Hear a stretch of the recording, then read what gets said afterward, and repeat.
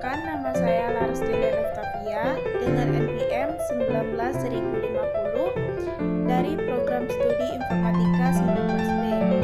Nah, di sini saya akan mempresentasikan tentang strategi pembelajaran TI yang tentang komponen-komponen strategi pembelajaran. Nah, sebelum masuk ke dalam materi yang akan kita presentasikan, yang pertama kita harus mengetahui dulu apa itu komponen dari strategi pembelajaran. Komponen itu sendiri merupakan bagian dari suatu sistem yang memiliki peran dalam keseluruhan dan keberlangsungan suatu proses pembelajaran. Komponen pendidikan berarti bagian-bagian dari sistem proses pendidikan yang menentukan berhasil atau tidaknya proses pendidikan. Bahkan dapat dikatakan bahwa untuk berlangsungnya proses kerja pendidikan diperlukan keberadaan komponen-komponen tersebut. Nah, komponen pembelajaran merupakan pendekatan belajar yang mendekati materi yang dipelajari oleh siswa dengan konteks kehidupan sehari-hari siswa. Jika dilaksanakan dengan baik, pembelajaran kontekstual dapat meningkatkan makna pembelajaran ini pada gilirannya menimbulkan hasil belajar siswa yang baik dan menyenangkan. Selanjutnya, kita akan masuk ke dalam komponen-komponen dalam pembelajaran. Yang pertama ada strategi pengorganisasian materi pembelajaran. Nah, pengorganisasian bahan termasuk salah satu bagian penting dalam strategi pembelajaran. Pengorganisasian materi pembelajaran dapat dimaknai dari berbagai sudut pandang, misalnya sebagai disiplin ilmu, sebagai sistem, dan sebagai proses. Sebagai disiplin, pengorganisasian pembelajaran membahas berbagai penelitian dan teori tentang strategi serta proses pengembangan pembelajaran dan pelaksanaannya sebagainya. Pengorganisasian pembelajaran merupakan ilmu untuk menciptakan spesifikasi pengembangan, pelaksanaan, penilaian, serta pengelolaan situasi. Nah, pengelolaan situasi mikro untuk berbagai mata pelajaran pada berbagai tingkat kompleksitor.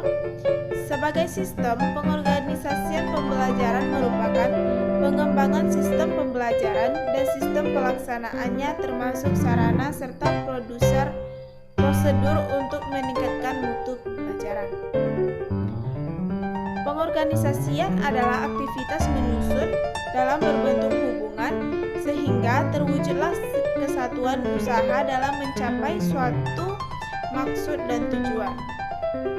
Pengorganisasian materi ajar adalah pola atau bentuk penyusunan materi ajar yang akan disampaikan kepada murid-murid atau peserta didik.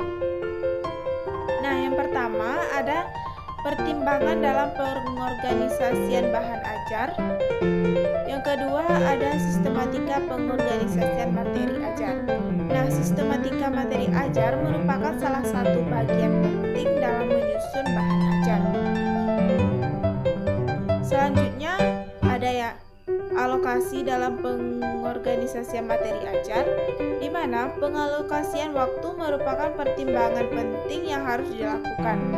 Waktu pembelajaran efektif adalah jumlah pembelajaran setiap minggu, meliputi jumlah jam pembelajaran untuk seluruh mata pelajaran termasuk mata lokal. Ditambah juga jam untuk kegiatan pembelajaran diri peserta didik. Alokasi waktu dapat setiap materi disesuaikan dengan ketetapan yang telah diatur dalam kurikulum. Selanjutnya, pemilihan pengorganisasian. Materi ajar, pemilihan bahan ajar juga perlu disesuaikan dengan tujuan, karakteristik siswa, alokasi waktu, dan keruntutan yang harus dibuat dalam bahan ajar. Nah, selanjutnya dari pemilihan pengorganisasian ini ada beberapa cabangnya. Yang pertama, kesesuaian dengan tujuan pembelajaran. Yang kedua, kesesuaian materi dengan karakteristik pembelajaran. Yang ketiga, keruntutan dan sistematika materi. Yang keempat, berkesesuaian dengan alokasi waktu. Nah, selanjutnya ada penerapan pengorganisasian materi ajar yang tepat. Dalam pengorganisasian materi ajar, ada beberapa hal penting yang harus dilakukan oleh seorang pendidik agar pendidik dapat melaksanakan tugasnya secara sempurna. Pengorganisasian materi pembelajaran harus mempertimbangkan beberapa ketentuan. Yang pertama ada pengumpulan informasi seorang pendidik, yang kedua peta konsep, dan yang ketiga prinsip penerapan pengorganisasian. Selanjutnya kita masuk dalam materi pengorganisasian materi ajar, di mana materi ajar ini dibagi atas beberapa bagian. Yang pertama classical tutorial, yang kedua knowledge package, yang ketiga exploratory tutorial, yang keempat generate lesson model generation lesson. Nah, selanjutnya kita masuk strategi penyampaian pembelajaran. Strategi penyampaian pembelajaran di sini yang dimaksud adalah metode yang digunakan untuk menyampaikan pembelajaran di dalam kelas. Ada beberapa kegiatan pembelajaran yang perlu dilakukan dalam proses penyampaian pembelajaran. Secara spesifik, kegiatan pembelajaran pendahuluan dapat dilakukan melalui teknik-teknik berikut. Yang pertama, kegiatan pendahuluan. Yang kedua, penyampaian informasi. Nah, beberapa hal yang perlu kita ketahui dalam menyampaikan informasi ada beberapa urutan lingkup dan jenis materinya. Yang pertama, urutan penyampaian. Penyampaian materi ajar perlu dibuat dengan urutan yang teratur dan sesuai dengan hierarki dalam materi ajar. Urutan penyampaian materi pembelajaran harus menggunakan metode atau pola yang tepat. Yang kedua ada ruang lingkup. Materi keluasan ruang lingkup materi yang disampaikan sangat bergantung pada karakteristik peserta didik dan jenis materi yang dipelajari. Yang ketiga ada materi yang akan disampaikan. Materi pembelajaran umumnya merupakan gabungan antara jenis materi yang berbentuk pengetahuan atau fakta dan informasi yang terperinci, keterampilan atau langkah-langkah prosedur keadaan dan syarat-syarat tertentu, dan sikap berisi pendapat, ide, saran, dan tanggapan. Dalam isi pembelajaran ini, terlihat masing-masing jenis pembelajaran sudah pasti memerlukan strategi penyampaian yang berbeda-beda. Oleh karena itu, dalam menentukan strategi pembelajaran, pendidik harus lebih dahulu memahami jenis materi pembelajaran yang akan disampaikan agar diperoleh strategi pembelajaran yang sesuai. Kita masuk selanjutnya yang ketiga, ada strategi pengelolaan pembelajaran. Strategi pengelolaan pembelajaran adalah melakukan pengelolaan komponen pembelajaran untuk mencapai sasaran atau tujuan pembelajaran. Pengelolaan pembelajaran atau kelas termasuk bagian strategi yang dianggap untuk menentukan dalam menciptakan suasana belajar dan proses pembelajaran. Pendidik yang efektif pada umumnya mempunyai berbagai strategi pengelolaan kelas yang baik dan dapat diimplementasikan sesuai situasi dan kondisi.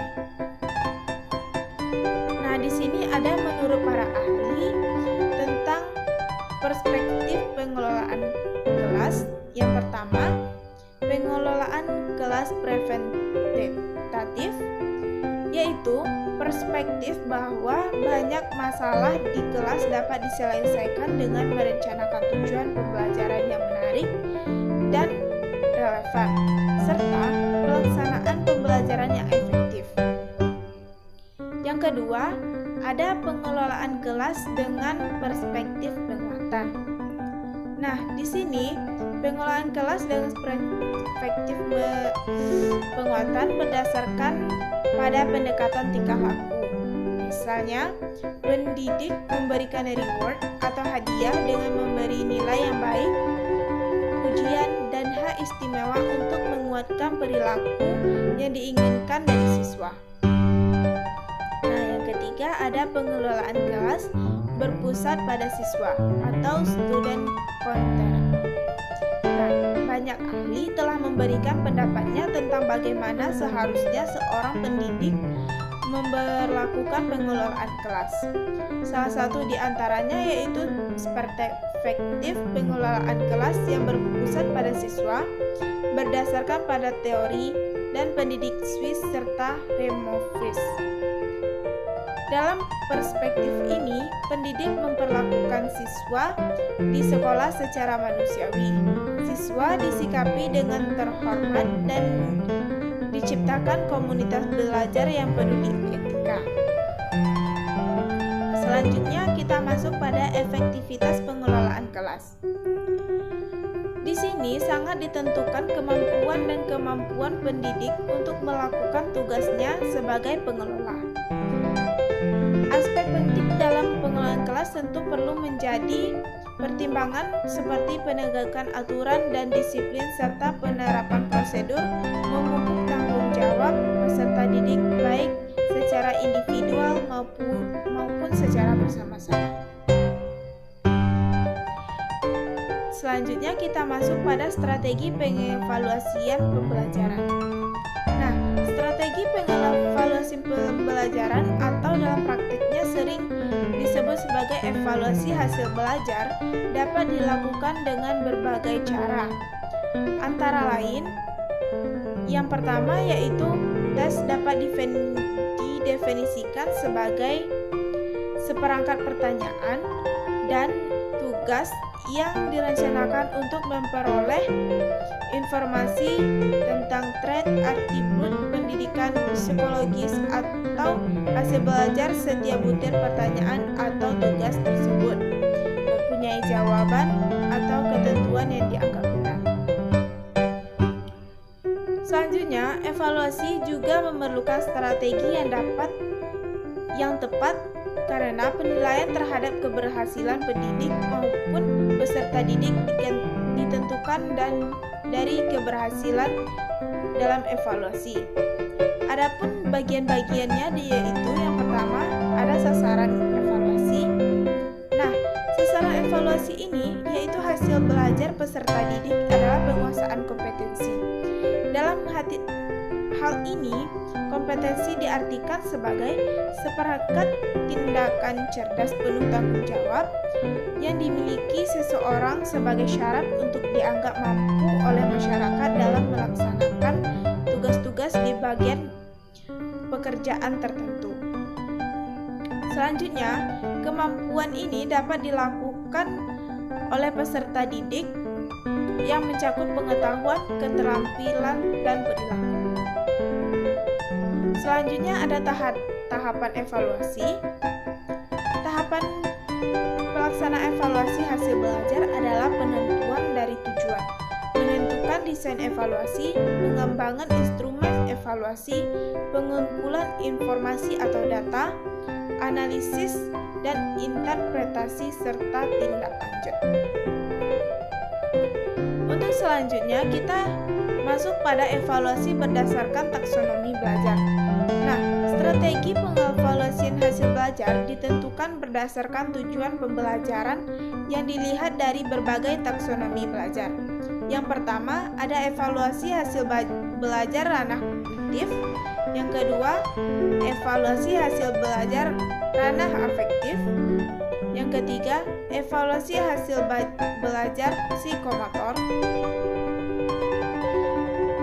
Nah, evaluasi hasil belajar psikomotor ini dapat diartikan sebagai serangkaian kegiatan otot-otot yang terpadu untuk menyelesaikan suatu tugas.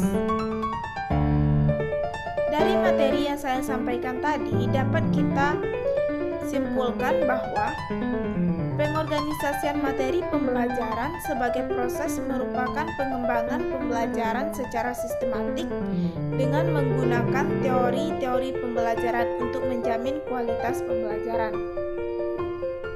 Strategi penyampaian pembelajaran merupakan upaya untuk memilih metode yang digunakan untuk menyampaikan pembelajaran di dalam kelas yang sesuai dengan karakteristik bahan ajar dan siswa, sehingga proses pembelajaran dapat berjalan dengan efektif dan efisien sesuai dengan tujuan yang telah ditetapkan. Nah, strategi pengelolaan pembelajaran merupakan upaya untuk melakukan proses pembelajaran secara efektif dan efisien dengan menekankan pada pengelolaan komponen pembelajaran untuk mencapai sasaran atau tujuan pembelajaran. Strategi evaluasi merupakan suatu proses pengambil keputusan dengan menggunakan informasi yang diperoleh melalui pengukuran hasil belajar baik yang menggunakan instrumen, tes maupun non-tes. Nah, penilaian yang dimaksud untuk memberikan nilai tentang kualitas hasil belajar yang telah dicapai oleh peserta didik. Baiklah, mungkin hanya itu yang dapat saya sampaikan dari kesimpulan dan materi yang telah saya sampaikan. Jika ada salah, saya mohon maaf. Assalamualaikum warahmatullahi wabarakatuh.